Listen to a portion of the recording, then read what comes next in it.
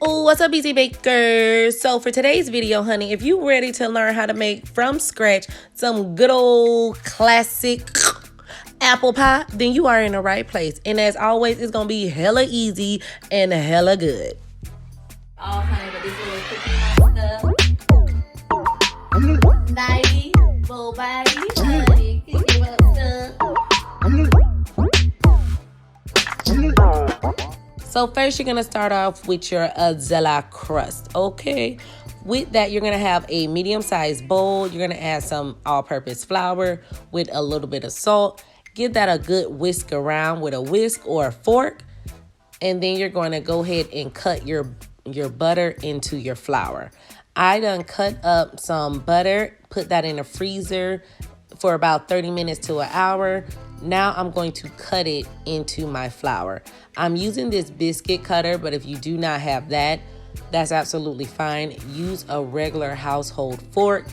The key to this is you don't want your butter to warm up. You want very cold material. You want very cold ingredients. So with baking, pies and cakes, you want room temperature, but with baking biscuits and crust, you would like a very cold ingredient. So my butter is frozen. I have cut that into this flour, and it's going to look like this. Very crumbly, very like, girl, why the butter just sitting on there like that? That's what you want. That's what that flakiness gonna come into, okay? So now you're gonna go ahead and gradually add ice water to this. I like to use a tablespoon or two at a time, and just go ahead and work it with your hands and until your dough starts to come together. Now this dough should not be tacky or sticky or micky or dicky in any kind of way. Do you understand me?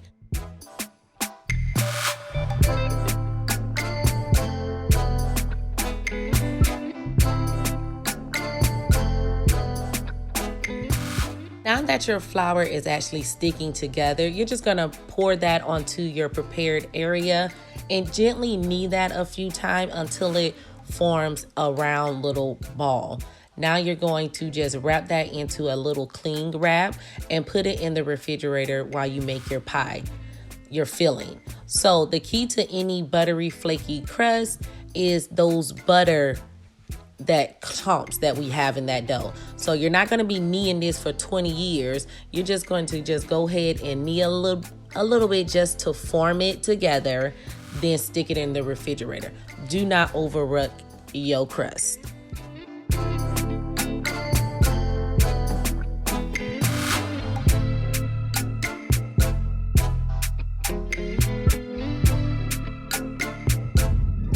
All right, it's filling time, baby.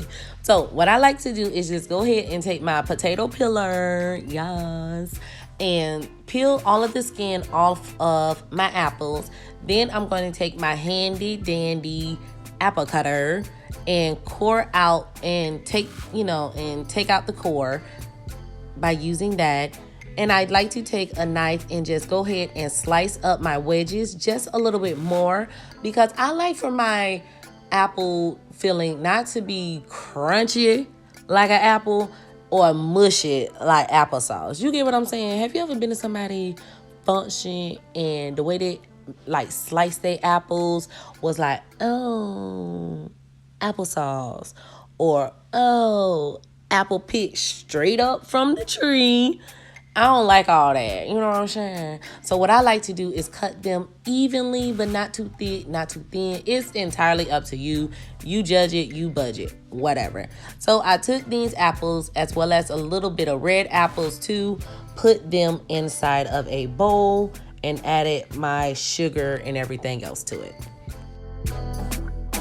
So once you get done slicing and dicing, I just take those apples, put them in a large pot, and add all of my spices that I'm going to use to it.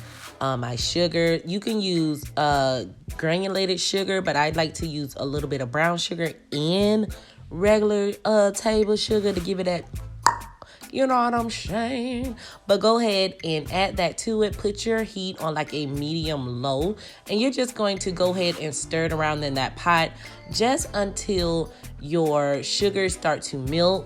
I like to do this because, yet again, I already told y'all I'm a little picky about my apple pie. I don't eat it that often, but when I do eat it, I want it to be nice. You know what I'm saying? So that's gonna cook my apples a little bit more, and also let those flavors just go ahead and marinate together.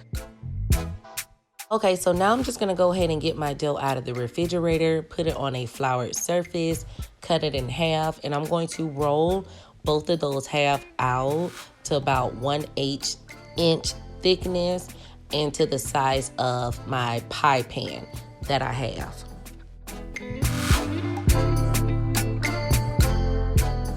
And once you are done with that, honey, you have just developed your own pie crust. Won't he do it? Boom, pow, pow. So now that you done did your pie crust, you're just gonna go ahead and put it in that tart pan. Place those cooked apple slices up in that thing, and then top it with your other half that you pie crust that you have rolled out.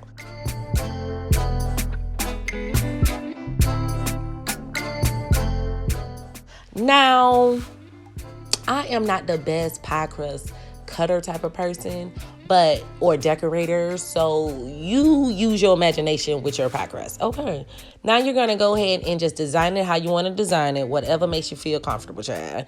And you're gonna go ahead and slice about 4 little holes at the top, just so that your pie crust can breathe.